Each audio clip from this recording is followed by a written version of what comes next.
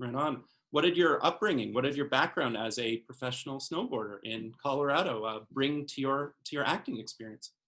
Um, I think discipline. Discipline's the one thing I think anybody who is trying to pursue something in the sport world has to have this immense discipline in a schedule that if you apply that to anything, you're bound to shake things up. And with snowboarding, we would, be up. We did online school at 5, 6 in the morning. We'd be on the mountain by 7. We do tramps at night, and then do that all over again for months and months and months and months. So I think just having kind of that rigid schedule and discipline of doing something to your career in a very hands-on way. Once I came into acting, I had to have a schedule. So I still woke myself up at 5 a.m. and did things that correlated to acting, which is, studying mindfulness, meditation, all of that to kind of progress, I guess, even if I had no jobs at the time. It really seems to be translating into the roles that you're taking and the jobs that you're doing, because you keep popping up in things that I like, that I enjoy. I was watching Freaky the other day, and then there you were right at the beginning. That was a cool movie. I really enjoyed it. And I got to watch Saved by the Bell, and I really, really liked it. I watched 1, 3, and 4. Yeah. So I don't know what happens in 2, but obviously that's a big one as well. But Saved by the Bell just had this, for a reimagining of a show, it just had this incredible tone. It just felt so, I didn't know what to expect from it, and it blew me away in terms of everything that was coming to it, and your performance in particular. And you had such a great group as well too. What did that mean to you? How did you envision it, and how do you feel like it turned out?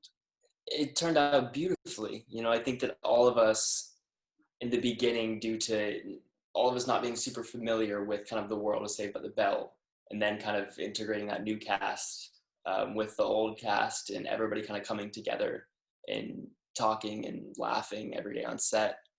I think that it was all I could have asked for, especially for a comedy series, which I haven't done a lot of. Having Tracy Wigfield as our showrunner in the writer's room ask for kind of advice, almost, of being like, okay, do you think he would say this? Or, what do you think about this? Like, should we switch this out? And having it just be this big collaborative experience, I think it was something that I want to do over and over and over again. And you're absolutely right. Tracy Wigfield, she has a good pedigree. It's a funny show, and it's funny in ways that are unexpected. You were funny. You were incredible in it. And, it's funny. I saw the tweet that Karina from Roswell, New Mexico said that you were like Zack Morris, and now here you are as Mac Morris, and yet you seem to find the tone when you're playing him. It's a little tongue-in-cheek, but it's still authentic. What do you lean into when you're playing Mac Morris? I think really with this one, it was, I didn't go back and watch the original because I did not want to copy anything that Mark did in the original. Because yes, I'm filling the shoes of Zach, but I'm also kind of building my own shoes because I'm his son. So I kind of have to figure out what that means to me and what it means to have a dad as a governor with that privilege and, a legacy around my last name of trying to constantly live up to that. So a lot of that was just kind of the way I go at it, is just imagination of really kind of sitting down and in my mind going into that world of what would this be like, and just kind of exploring it intellectually and emotionally and spiritually. You must have, again, that sense of tone is so present. You must have just had a blast filming it. It must have been the most fun to make it. There were so many times where we could not get through takes because we were just belly laughing. Even table reads, there were times where we had to stop the table read because everybody was just on the ground laughing. So it was just a really, really beautiful experience. What was some of your favorite moments from shooting? Do you have a lot of interesting scenes, a lot of things that you get to do? What were some of your highlights in terms of things maybe you've never done before? There were quite a few things. One of my favorite parts was always the late nights. Whenever we would film late, it'd always be like I had scenes with Josie until like 12 at night so many times, and the lot would just be silent and it was kind of peaceful. But then my relationship with Jamie within the whole story, which you saw in 4 and 3, of kind of the competitiveness. And a lot of those pranks that we pull on each other were just fun to film, because me and Belle's relationship and, you know, our personal lives are very similar, of just kind of egging each other on and very playful.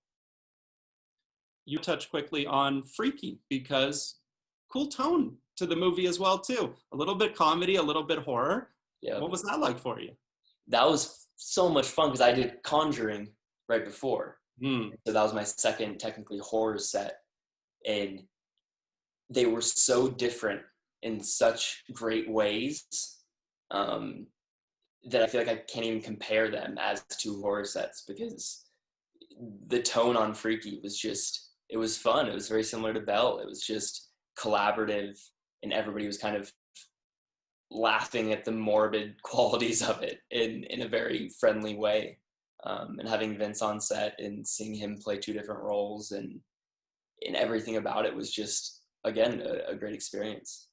So you shot Conjuring first and then Freaky afterwards, but we're very, very excited for it. What can you say about Conjuring?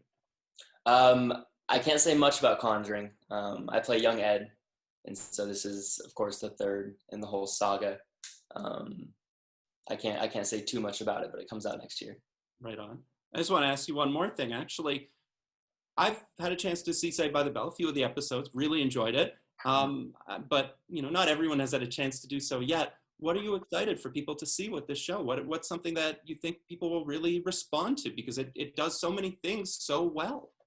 I think if you watch the original, you're going to pick up on a lot of little eggs that Tracy Wakefield wrote in.